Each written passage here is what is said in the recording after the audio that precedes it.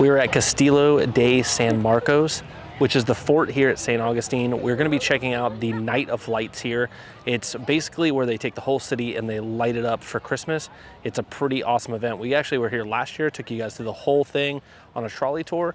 So this year we're coming out on opening night because we've never done this before and we wanted to check it out, see kind of how it is. And we're going to show you guys everything that you basically need to know if you're coming out to St. Augustine to check the lights out, all of the different options you guys have to take a tour of the city and check it out, and then some of the other amazing things to do here while you're here in St. Augustine. We're going over everything right now, so let's get started. If you want it to be. Time to shine, sir. Would you like to roll down the hill? Yes. Yes, I do. And Do it. pull. All he wants to do is roll down the hill. I mean, if there's a hill and there's kids, somebody's rolling down it. Florida kids, they don't know hills. No.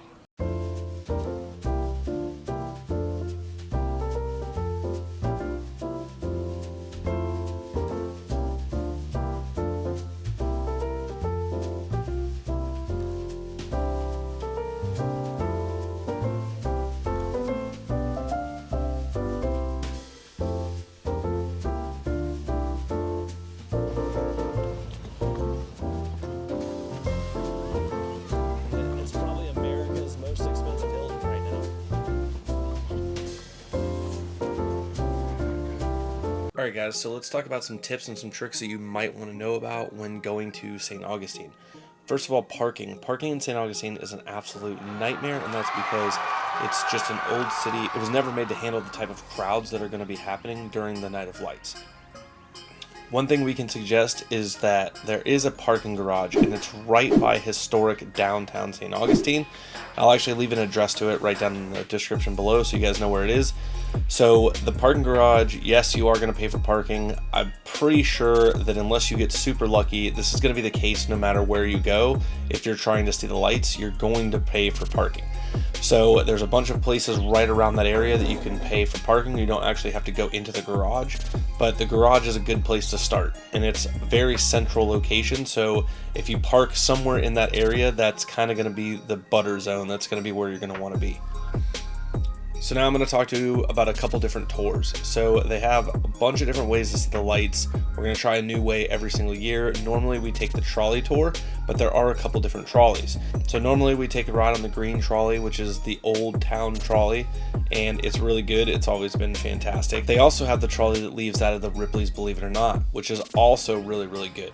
So if you're not into trolleys, if you don't want to be jammed into there with a bunch of people, depending on the group of people you get, you can definitely have a better or worse experience. So if there's a bunch of really, really loud kids on there and you're trying to listen to what's going on, that obviously is going to be an issue.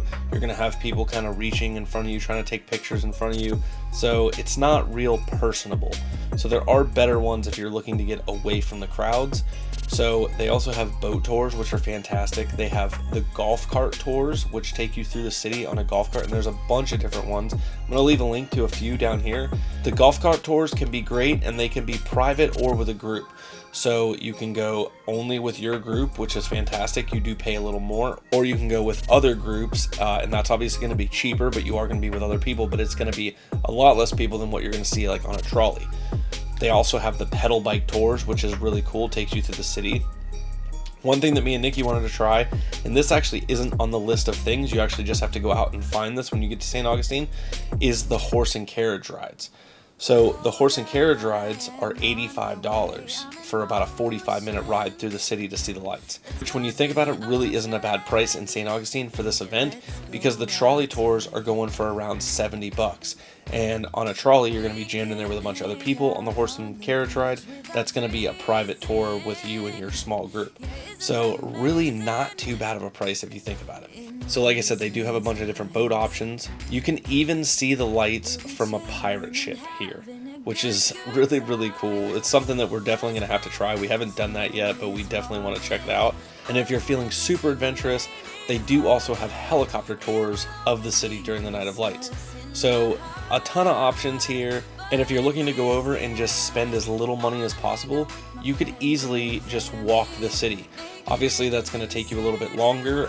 It is quite a large amount of area to cover for the lights, but it can definitely be done. I do recommend getting over to St. Augustine early because the parking is going to fill up super quickly. I would also plan on spending a few hours at St. Augustine, because if you're going on a tour, you're going to take however long the tour is, and then you don't want to just leave right after.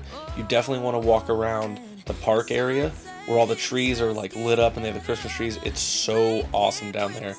And then obviously you're going to want to spend a little bit of time in historic St. Augustine checking out some of the shops, because there's some really amazing stuff in St. Augustine and some really cool one-off shops that you're not going to find many other places.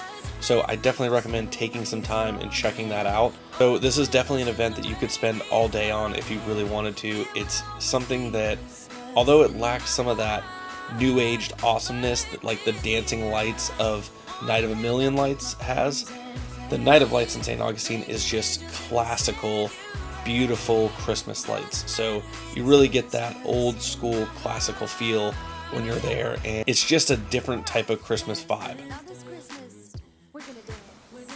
I hope we were able to make your St. Augustine trip or experience a little bit better. If we were, please hit the like button for us. It really does help us out. Make sure you guys subscribe to the channel so you don't miss out on any of our future content.